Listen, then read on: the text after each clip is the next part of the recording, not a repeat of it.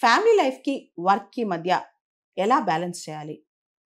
Wife and husband responsibilities ఎలా share చేసుకోవాలి? పిల్లలతో సమయం ఎలా గడపాలి? దీనికి సంబంధించి బిల్ గేట్స్ ఒక చక్కటి ఉదాహరణ అని చెప్పొచ్చు. రీసెంట్‌గా ఒక ఇంటర్వ్యూ బయటకొచ్చింది. 2019లో బిల్ గేట్స్ భార్య, అప్పటి భార్య మిలిందా గేట్స్ బిజినెస్ ఇన్సైడర్ అనే మ్యాగజైన్‌కి ఒక ఇంటర్వ్యూ ఇచ్చారు. బిల్ గేట్స్ పిల్లలతో ఎలా ప్రవర్తించేవాళ్ళు?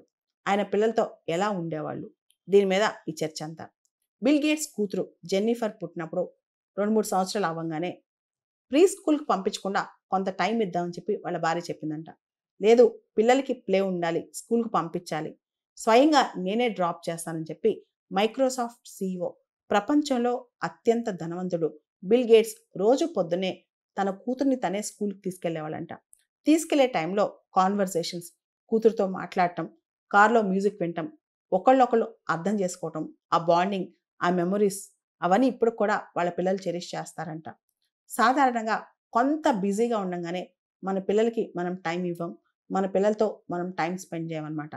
కానీ బిల్ గేట్స్ మాత్రం అలా కాదు. అంతేకాదు, బిల్ గేట్స్ తన కూతుర్ని తను స్వయానా డ్రాప్ చేయటం చూసి చాలామంది పేరెంట్స్, ఆ స్కూల్‌కొచ్చే పేరెంట్స్ అందరూ కూడా, ముఖ్యంగా లేడీస్ అందరూ ఇంటికెళ్ళి బిల్ గేట్స్ అంతటి వాడే వాళ్ళ కూతుర్ని డ్రాప్ చేస్తున్నారు, మీరు చేయకపోతే ఎలా అని చెప్పి అందరికీ చెప్పడంతో చాలామంది పిల్లల యొక్క ఫాదర్స్, తండ్రులు ఎవరైతే ఉంటారో రోజు పొద్దున్నే పిల్లల్ని వాళ్ళ కార్‌లో డ్రాప్ చేయడం మొదలెట్టారంట స్వయంగా.